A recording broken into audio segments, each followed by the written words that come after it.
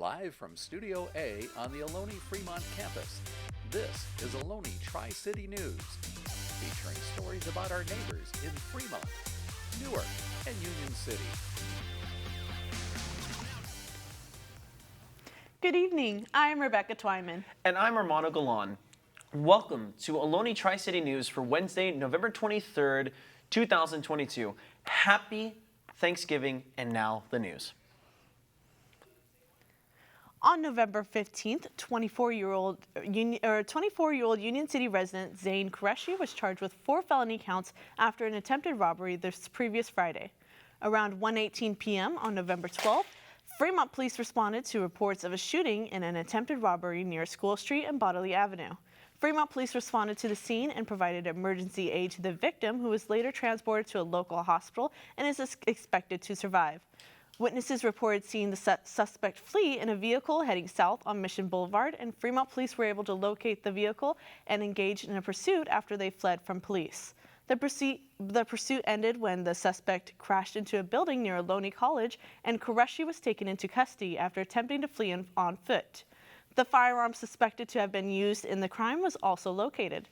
The Fremont Police Department Investigations Unit then took over the investigation and determined that this was not a random event, as they discovered that Qureshi and the victim have been in contact via social media before the incident. He was charged with 4 felony counts, including attempted murder, attempted robbery, possession of an assault weapon, and evading a police officer. Fremont police are asking if you are a witness to the shooting, have any surveillance footage of any part of the incident, or have any information related to the investigation. Please contact Detective Brent Butcher at 510-790-6956 or email bbutcher@fremont.gov. The city of Fremont last Friday hosted at the Olive Hyde Art Gallery and presented Kristen Linseth's San Ardo Art, a series of sensitive works exploring the ideas and issues of displacement and community. The exhibit included heavy bronze sculptures and intricate models of functioning buildings. The in-person gallery is ongoing from November 10th through December 17th. For more information, visit www.fremont.gov/home. The Ohlone softball season is just 2 months away. Here's Natalie with the story on how the team is shaping up. The Ohlone softball season is just 2 months away. I'm just so excited to see what this season brings us with all these new people. The team has been looking forward to this season and are ready to play. This is my first year here, so I'm kind of looking forward to just playing college ball. How our running and hitting is going to be. Everybody here has a pretty strong bat, so I'm excited for that. There is a game on my birthday this year, so I'm really excited to play against that school. It's a very special feel to this group. A lot of kids that are hungry. Unfortunately, we had to close down our season last year, so the 2 kids that came back are extremely hungry, and the kids that came in all have great history, have good travel ball history, are great players, and most of all, good people. The team is consistently improving day by day. Now just more practice and getting time on the field. One day at a time, get better. Own today is our goal and is our motto, and that's what we're going to live by. The team feels like they have much to prove this season and encourage potential players to not let that hold them back from trying out. I just want to let people know height doesn't matter. I'm standing here at 5 foot, and I've been playing all around the field, and that shouldn't determine where you play on the field and your skills. The Ohlone softball team has 13 players, but are still looking for more. Absolutely, always looking. Definitely open to anyone that would like to come out and has softball experience. The team looks to improve their connections on and off the field as the season approaches. I think just bonding. We have the athletic ability, player for player, but I think just getting closer would make us a better team. I say we need more communication on the field, but other than that, I'd say we're good. Honestly, just putting in work on and off the field would really help. If there's no practice, just try to get as much work in as you can. Well, not only physically, but mentally. We like to teach them life lessons. It's not all about teaching them the game of softball, but just making them better human beings and better athletes, better students, better people. The softball team seems to be looking forward to a promising season. If you or anyone you know is looking to join the Ohlone College softball team, you can contact head coach Julie Marshall at jmarshall12@ohlone.edu for more information. I just think we're going to have a really good season, and I'm really excited for it. Just really excited for the season. It's going to be exciting with new girls, and the coaches are really close. I'm just really excited. From the Ohlone College softball field, this is Natalie Delgadillo for Ohlone Tri-City News. Thank you, Natalie. Just this past week, a few events were held in the Fremont area. Stay tuned. We'll tell you more information after the break. When I never graduated from high school, I realized I wanted to go back to school because I didn't want to work these back-breaking jobs the rest of my life. With the help of my father and having my son, that was all the motivation that I needed to come back to school. I felt accomplished, made me feel that I could take on whatever challenges life throws at you. Find free adult education classes near you at finishyourdiploma.org. Regardless of where you are on your path to retirement, you can still take charge of your financial future today. Visit aceyourretirement.org and answer a few questions from Avo, your friendly digital retirement coach, for free tips, resources, and advice customized for your situation to help you feel confident and prepared for retirement. Retirement looks different for everyone. Make sure you're prepared for your financial future at aceyourretirement.org. Last Saturday, November 19th, Newark police received reports of gunfire at around 7:29 p.m. in the 37,000 block of Oak Street. Newark officers responded and found an unresponsive adult male suffering from possible stab wounds. Emergency responders immediately provided aid to the victim, but sadly he succumbed to his injuries. Another individual, a 42-year-old resident of Newark, also sustained significant injuries and was transported to a local hospital and is in stable condition. Newark detectives are actively investigating the incident and is asking that anyone with information that may help the investigation please contact Newark Police Investigations Unit Detective Sergeant Yama Hamayaun at 510-578-4920 or email yama.hamayaun@newark.org. If you wish to remain anonymous, you can call the anonymous tip hotline at 510-578-4965. Last Friday, Bay Area Community Health held a gala to honor transgender individuals who tragically lost their lives. The free event was held to commemorate Transgender Day of Remembrance at Century House and Gardens and featured multiple performers and guest speakers coming out to show their love and support. After the gala, there were also a candlelit memorial in the garden for those attending. The event was run by Bay Area's Health Transvision program, helping individuals access gender-affirming care. If you would like to schedule an appointment with them, you can contact them at 510-252-5818 or email them at transgendersservices@bach.health. Last Friday, athletes from New Haven Unified School District and Newark Unified School District competed in the Mission Valley SELPA Secondary Soccer Special Olympics at American High School in Fremont. Several members of the community, including Fremont Police Department, attended the event to show their support for the athletes. Now, let's take a look at this week's entertainment with our boy Sean.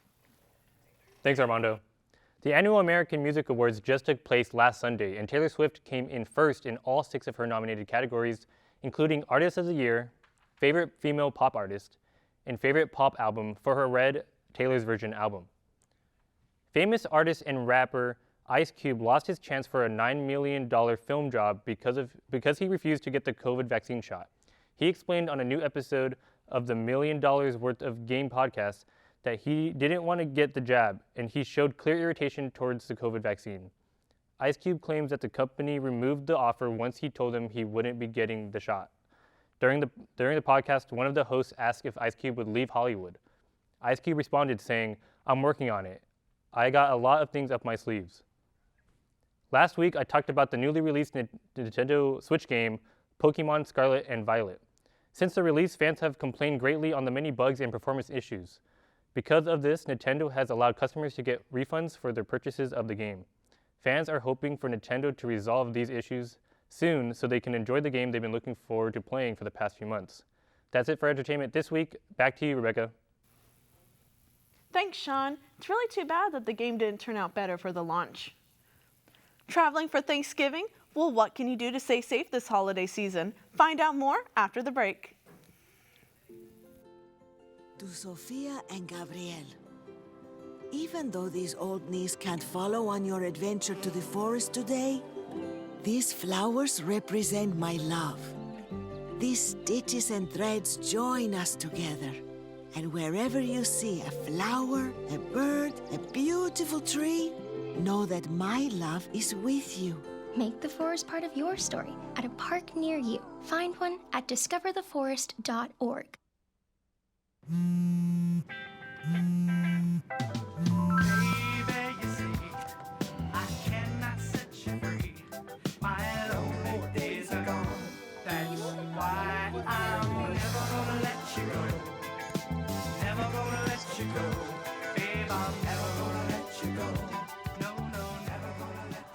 Here you go. Thank you. Thank you.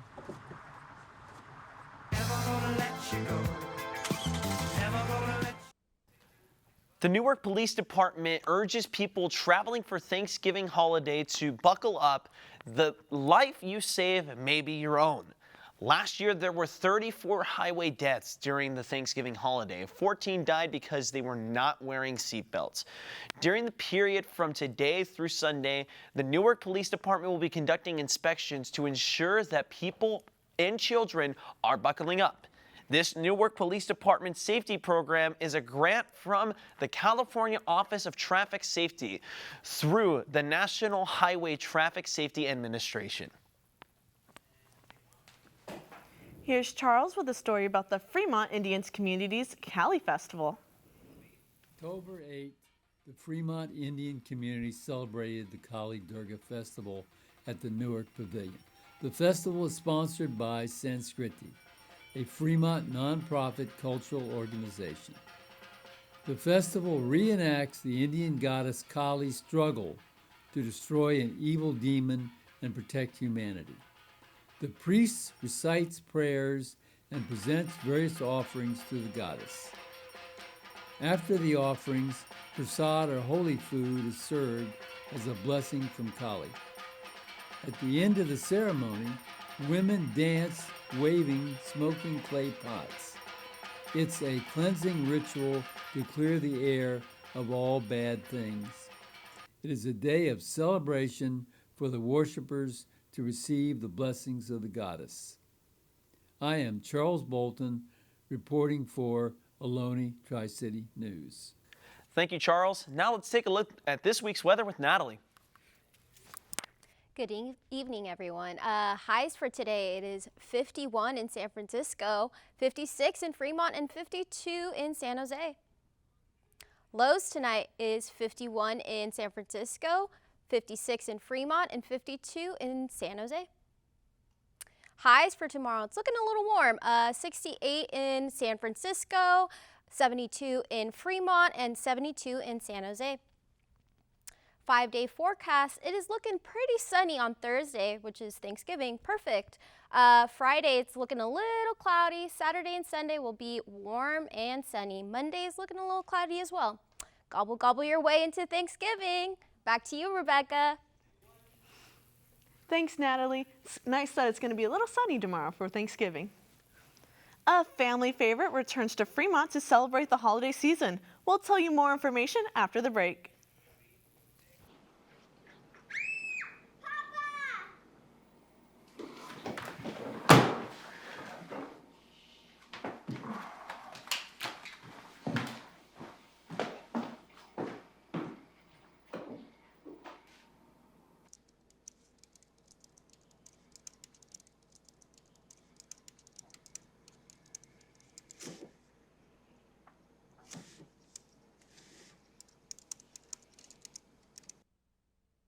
there's so many rewards in life. You coming into our home was one of the greatest rewards we could have ever had. You know, it took 20 years, and I got my third child, who was 17 at the time.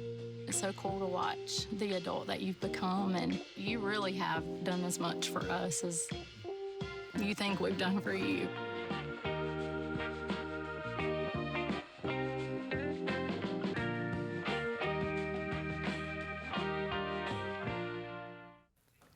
The holidays are almost here, so the city of Fremont is throwing a holiday parade in Niles. On Friday, there will be a Christmas tree that will be lit at 6 p.m. and a parade that will be held later at 6:30 p.m. Due to an expected large attendance, the Fremont Police Department will close roads for the event. The roads that are planned to be closed are parts of Niles Boulevard, Iron Horse Lane, and Sullivan Underpass. Regarding the festival, there will be lots of Christmas-themed floats and vehicles decorated with Christmas lights. Backpacks will not be allowed at the parade, and people cannot place down chairs at the site until 12 noon on Friday. For more information, look for the events section on fremontpolice.gov. Public art is popping up all over Fremont. Here's Andre with the story.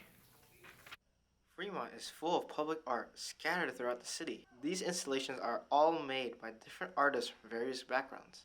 This art piece, exercised by Joe Sam, can be found at the Irvington Community Center in the Irvington District. The theme of children using the center after school and of people working, returning home, and then going to the center to relax and have fun. This one, Unity, by Bruce Beasley, is located in the Central Park at the corners of Stevenson and Paseo Padre in central Fremont. The mural theme represents the synergy of Fremont's total combination of the community. Lastly, this installation is called Community by Michael Clapper, the newest Fremont public art installation. It's an abstract way of using a series of hexagonal forms clustered together. It's located at the Urban Plaza at the Metro Crossing. If you're interested in finding more Fremont art, you can visit storymaps.arcgis.com. Now, let's look at this week's exciting report for sports with Johan. Thank you very much, Armando.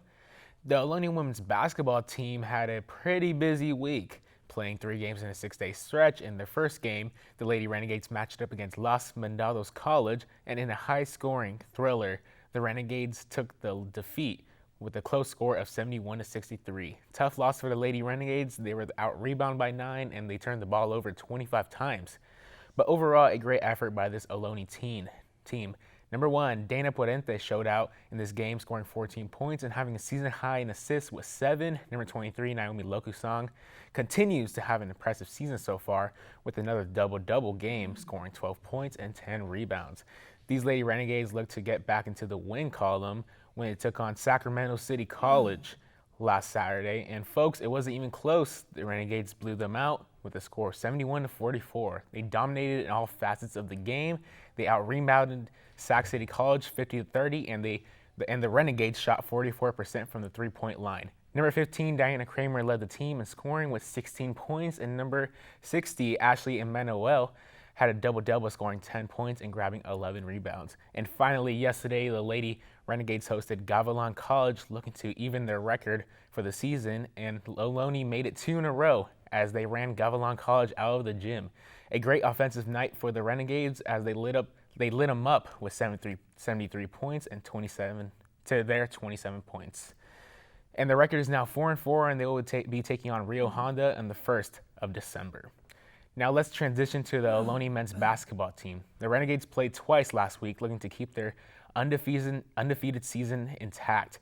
In the first game, this Ohlone team traveled to Monterey Peninsula College last Friday, and the Renegades outlasted the Lobos with a score of 71-63. And once again, Ohlone found a way to win, even though they did turn the ball over 28 times and was out-rebounded by 11. It wasn't pretty, but a win is a win. All 5 starters had double-digits points, and number 15, Michael Faston, had a career game, scoring 20 points, totaling 9 rebounds and 9 assists in the victory. Today, the Renegades hosted De Anza College, broadcasted by Armando Galland and yours truly. The Renegades are looking to make it 6 in a row, and in the overtime thriller, the Renegades came out victorious over the very competitive De Anza team. It was the Jude Jennings show as he laid 30 points on the night and had the shot of the game, tying the game with only few seconds left. Definitely game of the year, folks, as the Renegades continues to keep their streak alive at 6-0 for the season. Look at them go. The Renegades will be taking on Merritt College on the 29th, looking to make it 7-0. Let's go, boys. And that's going to be a wrap with sports for the week. Back to you, Mondo.